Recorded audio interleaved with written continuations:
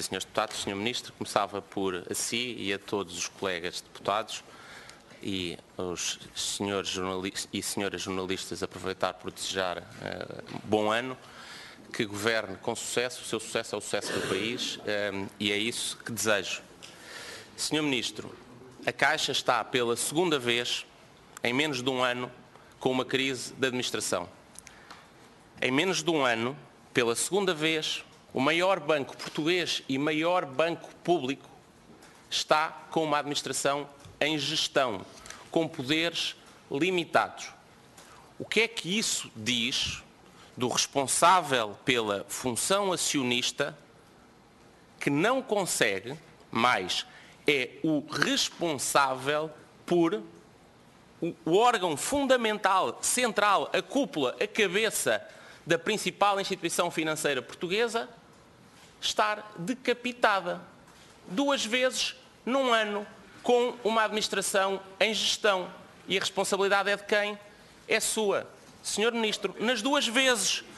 Na primeira, e cito, carta de José de Matos para o Sr. Ministro, o degradado quadro de dificuldades em que o atual órgão de gestão, isto é uma carta de junho de 2016, quadro degradado de dificuldades em que o órgão exerce funções importantes, decisões estratégicas estão adiadas e paralisado o banco.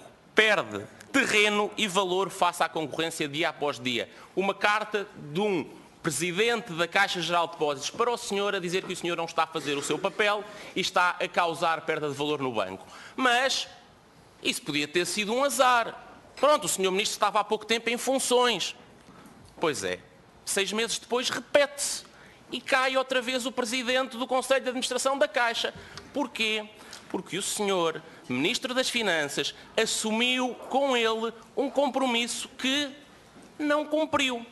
Aliás, já há um padrão que fica muito claro esta semana deste governo fazer acordos que não consegue cumprir. Que seriedade e que palavra!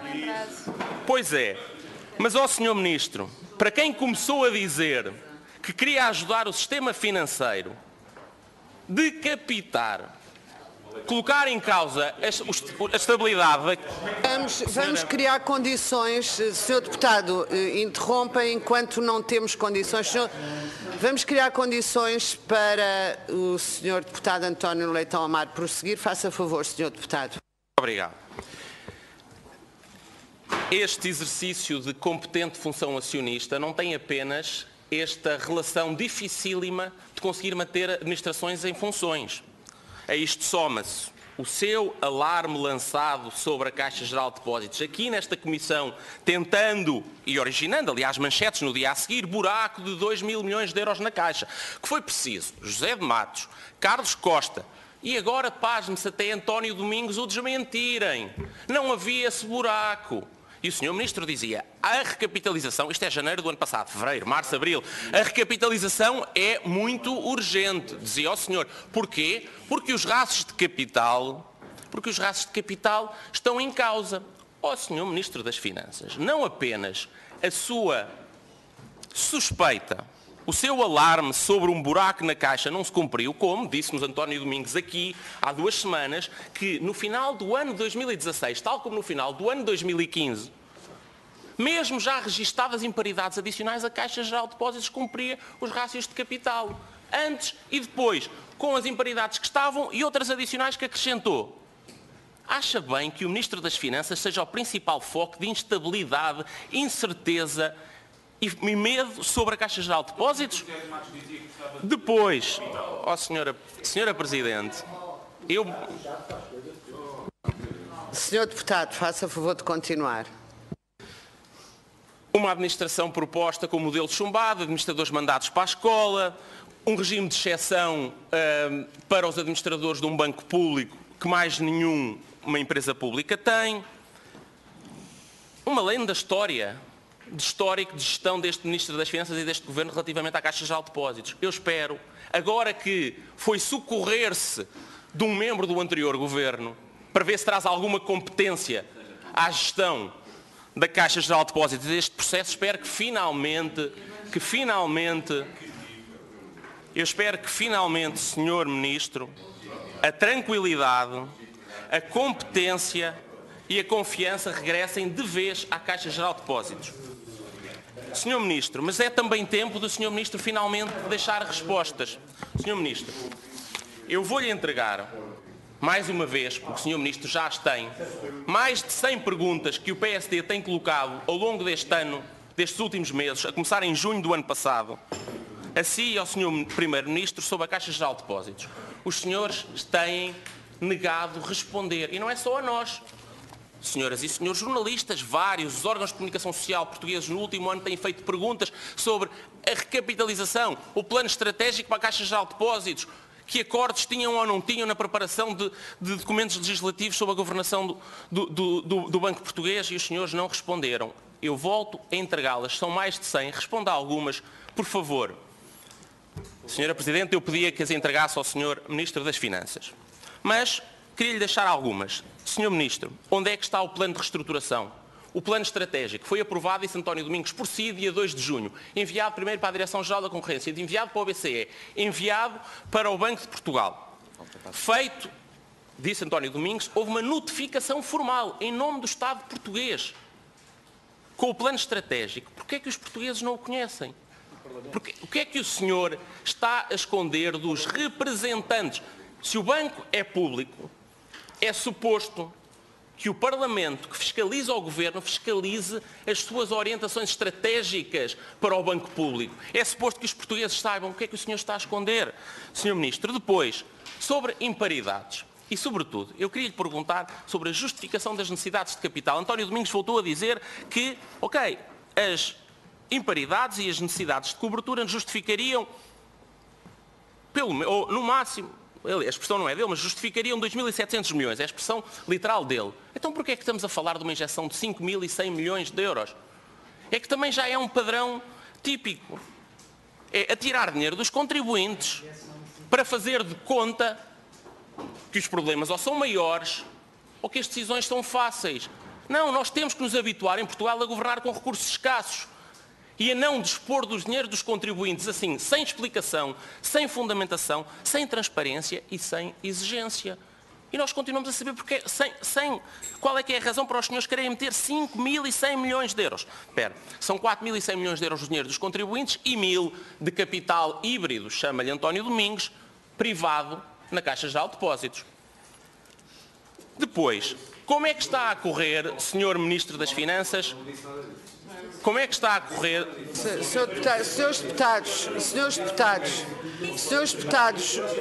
Senhores deputados, vamos criar condições para que o Sr. Deputado António Leitão Amaro possa... Senhores deputados, depois da intervenção do Sr. Deputado António Leitão Amaro, se houver alguma questão a colocar sobre essa matéria, o Sr. Deputado pede a palavra. Sr. Deputado António Leitão Amaro.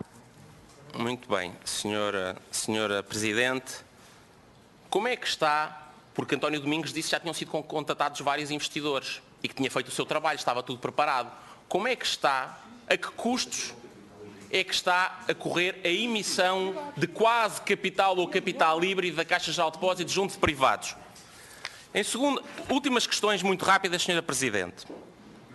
António Domingos disse-nos, e foi o primeiro a assumi-lo, eu queria aqui registar essa sinceridade de António Domingos, que lhe apresentou um conjunto de condições, que a principal era a exclusão do Estatuto do Gestor Público dos Administradores da Caixa, e que, estou a citar, o Governo deu-me o acordo aos termos que eu tinha apresentado, e mais, mandatou para convidar os outros administradores com essas condições. Vai ou não vai finalmente assumir a sua paternidade, maternidade, paternalidade em sentido geral, relativamente a este compromisso?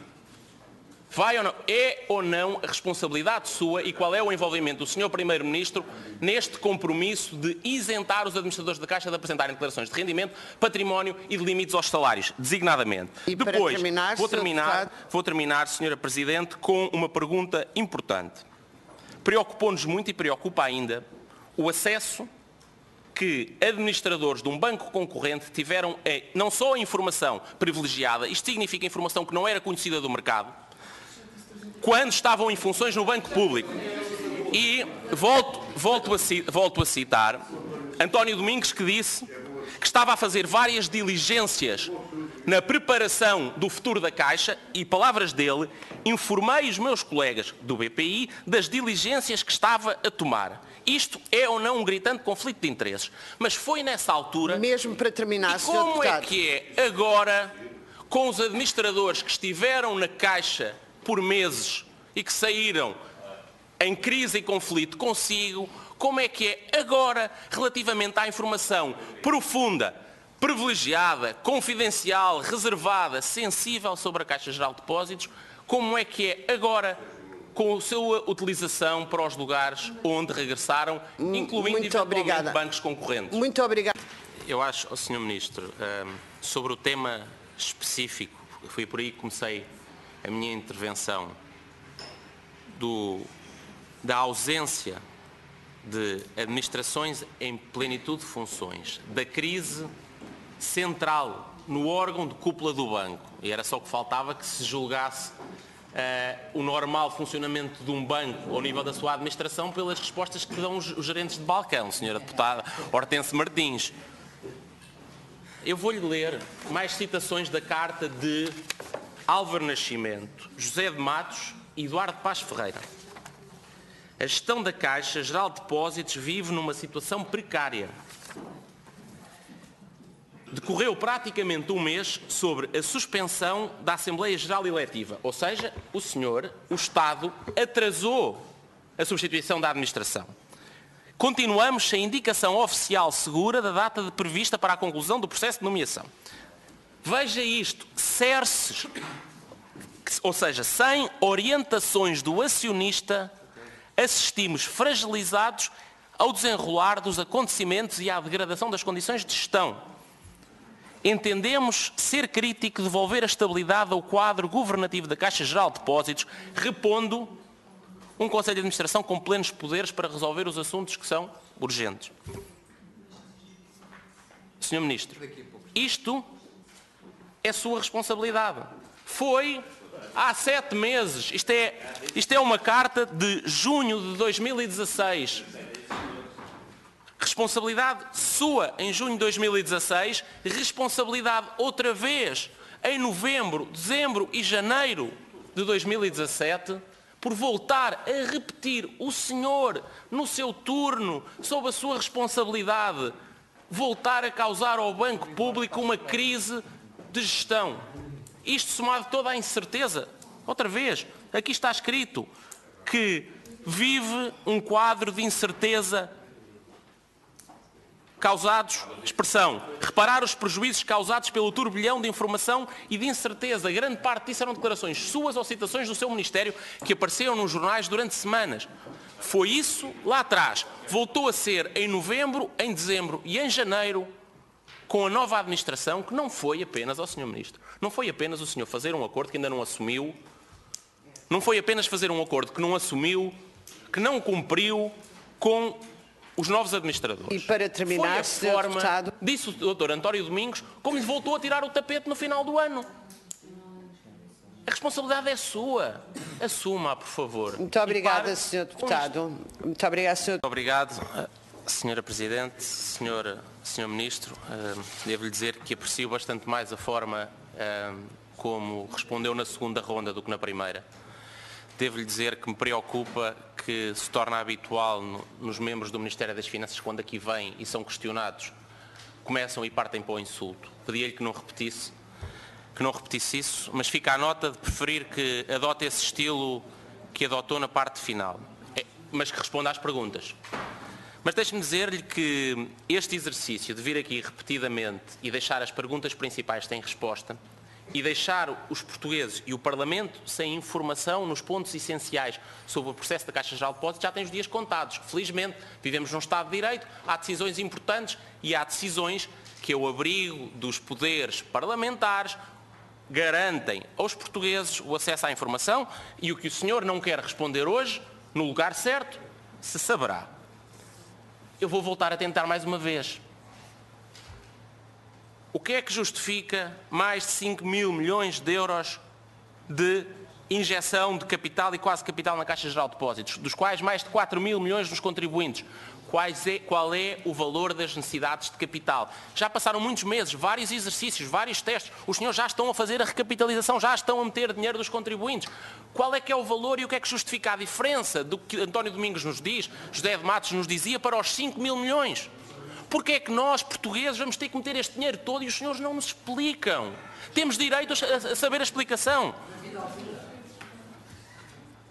Depois, diga o mínimo, aquilo que qualquer administrador acionista de um banco privado diria sobre a reestruturação em termos de informação.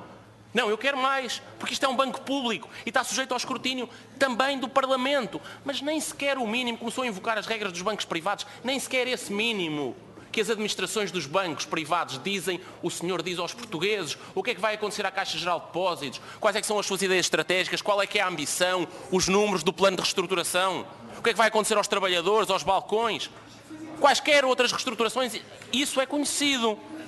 E o senhor esconde, continua a esconder e isso preocupa-me. Se há um rabo de fora, o que é que está lá escondido? Mas gostava também que o senhor assumisse a responsabilidade nos compromissos de entrada e de saída que fez com António Domingos. Tem estado a fugir desde o princípio a essa resposta.